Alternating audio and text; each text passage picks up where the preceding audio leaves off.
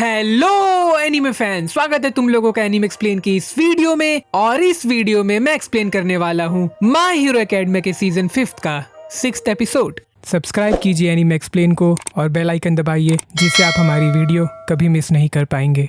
तो एपिसोड की स्टार्टिंग वहीं से होती है जहां पर पिछला एपिसोड खत्म हुआ होता है, यानी हमें फिर से थोड़ा सा रिकैप दिखाया जाता है, जहां पर यायोरोज़ु और हागाकुरे शीहाई को घेर लेती हैं। तभी अचानक से उनकी बॉडीज पर मशरूम उगने लग जाता है और हमें पता चलता है कि ये क्लास बी का, या स्पेसिफिकली कहा जाए तो केंडो का एक जबरदस्त प्लान होता है। और यहाँ किनोको धड़ाधड़ पूरे जगह को मशरूम से कवर करना शुरू कर देती है और कुछ ही सेकंड्स में वो पूरी की पूरी जगह मशरूम से भर जाती है। और हवा में उड़ते हुए टोकोयामी और आयोमा ये डिस्कस करने लगते हैं कि किस तरह से ये एक प्लान्ड स्ट्रेटेजी थी। और हम देखते हैं कि कुछ मशरूम उनकी बॉडी पर भी उगना शुरू हो जाते हैं। और हम देखते हैं कि दूर से क्लास ए और क्लास बी ये देख रहे होते हैं। और आयोमा और आवासे की बातों से हमें ये पता चलता है कि ये मशरूम्स 2 घंटे बाद पूरी तरह से गायब हो जाते हैं, तो जिस कारण से क्लास ए पर कुछ भी साइड इफेक्ट नहीं पड़ने वाला है। और यही कारण है कि जिससे किनोको अपने फुल पोटेंशियल पर काम कर रही है। और हम देखते हैं कि उन्हीं मशरूम्स के बीच में शीहाई भी छुपा हुआ होता है। और फिर हमें थोड़ी देर पहले का सीन दिखाया जाता है, जहां पर केंडो सभी को प्लान ए और प्लान बी एक्सप्लेन कर रही होती है। और प्लान ए में वो बोलती है कि किस तरह से सबसे पहले शीहाई डार्क शैडो पर कब्जा करके क्लास ए पर ही उन्हें अटैक करने के लिए मजबूर करेगा। और अगर प्लान ए फेल हो जाता है तो किस तरह से प्लान बी में वो लोग उन्हें घेर करके अलग अलग कर देंगे। और प्रेजेंट का सीन देख करके ऐसा लग रहा है जैसे कि केंडो का प्लान बिल्कुल सक्सेसफुल हो रहा है।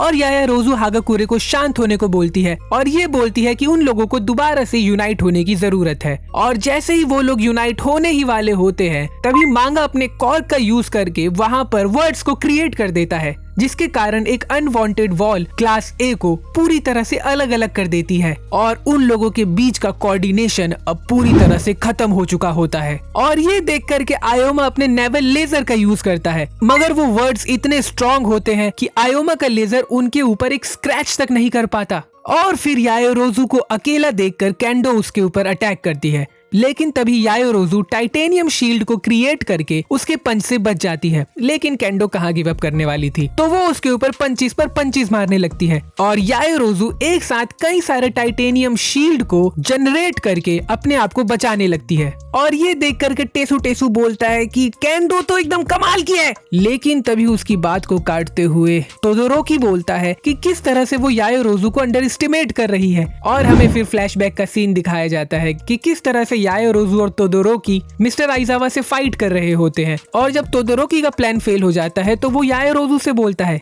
कि मुझे पता है कि तुम्हारे पास कोई प्लान है, जिस पर यायोरोज़ु रोते हुए बोलती है कि जब तुम्हारा प्लान काम नहीं किया तो मेरा कहां से करेगा। और फिर वो उसे थोड़ा हौसला बंधाता है, जिसके कारण उसके अंदर थोड़ा सा सेल्फ कॉन्फिडेंस आता है और वो मिस्टर आइजावा को हराने के लिए निकल पड़ती है। और यही सब याद करके वो टेसु टेसु से बोलता है कि अगर केंडो ये सोच रही है कि वो यायोरोज़ु को हरा सकती है तो वो काफी गलत है। और यहाँ पर हम देखते हैं कि पंच मारते हुए वो उसके टाइटेनियम शील्ड को तोड़ देती है। और जैसे ही वो फाइनल ब्लॉक करने ही वाली होती है, तभी यायोरोज़ु एक कैनन क्रिएट कर देती है। और वो बोलती है कि वो इतने समय तक केंडो के पंचिस को इसलिए झेल रही थी क्योंकि उसे कुछ इतना बड़ा बनाने के लिए थोड़े समय की जरूरत है। और यहाँ हमें लगता है कि ये तो केंडो का आखिरी दिन है। और जब इनकी फाइट और ज्यादा इंटेंस होनी शुरू ही हो चुकी होती है, तभी सीन चेंज हो जाता है।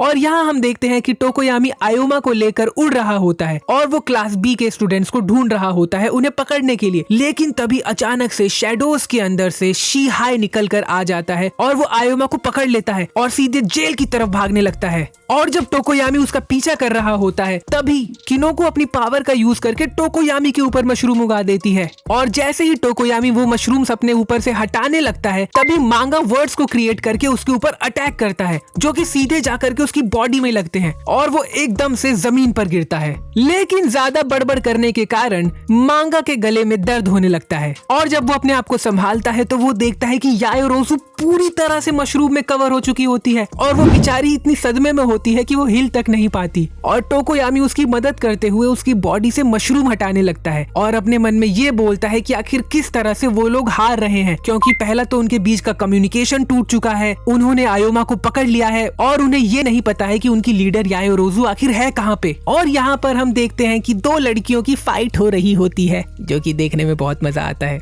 तो यहाँ पर हम देखते हैं कि यायोरोज़ु और केंडो की फाइट हो रही होती है और इसी बीच यायोरोज़ु कैनन क्रिएट कर देती है और हमें लगता है कि वो केंडो को तोप से उड़ाने ही वाली है। लेकिन तभी केंडो सोचती है कि वो इस छोटे से गेम के लिए उसे तो नहीं मारने वाली। तो उसे समझ में आता है कि वो मांगा के बनाए हुए वॉल्स को तोड़ना चाहती है और यायोरोज़ु ऐसा ही करती है, यानी वो उन कैनन्स को उस वॉल की तरफ एम करती है और केंडो सोचती है कि वो पंच मारकर उसके कैनन के डायरेक्शन को मोड़ देगी, जिसके कारण वॉल पे लगने वाला इम्पैक्ट कम हो जाएगा। लेकिन जैसे ही वो मारने वाली होती है तभी यायोरोज़ु वॉल की ऊपर एम करती है और उसके अंदर से कुछ चीज निकलकर वॉल के दूसरी तरफ गिर जाती है और तब केंडो को समझ में आता है कि वो असल में वॉल पे भी एम नहीं कर रही थी।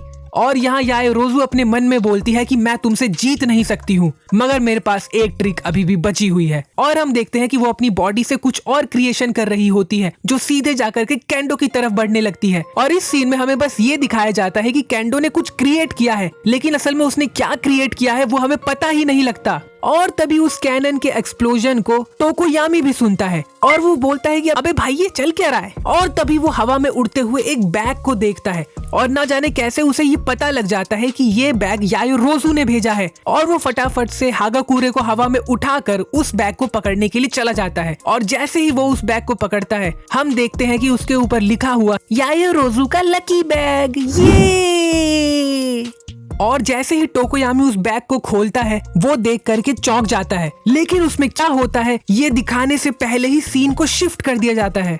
और दूसरी तरफ हम देखते हैं कि शिहाई किनोको को इम्प्रेस करते हुए बोलता है कि किस तरह से उसने आयोमा को दबोच कर जेल में डाल दिया है। और इससे पहले शिहाई किनोको को पूरी तरह से इम्प्रेस कर पाता, इतने में ही वो देखते हैं कि टोकोयामी सीधे उनकी तरफ बढ़ रहा होता है और हम उसके आंखों में थर्मल गॉगल्स को देखते हैं, जिससे वो उन दोनों को बड़ी आसानी से देख रहा होता है और सीधे उन्हीं की तरफ बढ़ रहा होता है। और फिर हमें थोड़ी देर पहले का सीन दिखाया जाता है जहाँ पर हमें ये पता चलता है कि जो उसके पास गॉगल्स हैं वो असल में यायोरोज़ु ने क्रिएट करके स्पेशली उसी के लिए भेजे थे। और साथ ही साथ उस बैग में थोड़े से एंटी फंगल स्प्रे भी होते हैं, जिसके कारण से जब वो अपनी बॉडी पर उसे स्प्रे करते हैं मशरूम पूरी तरह से गायब हो जाते हैं। और फिर टोकोयामी अपने मन में यायोरोज़ु की तारीफ करने लगता है कि किस तरह से उसने इतने स्ट्रेस के सिचुएशन में भी कितना कमाल का प्लान बनाया है।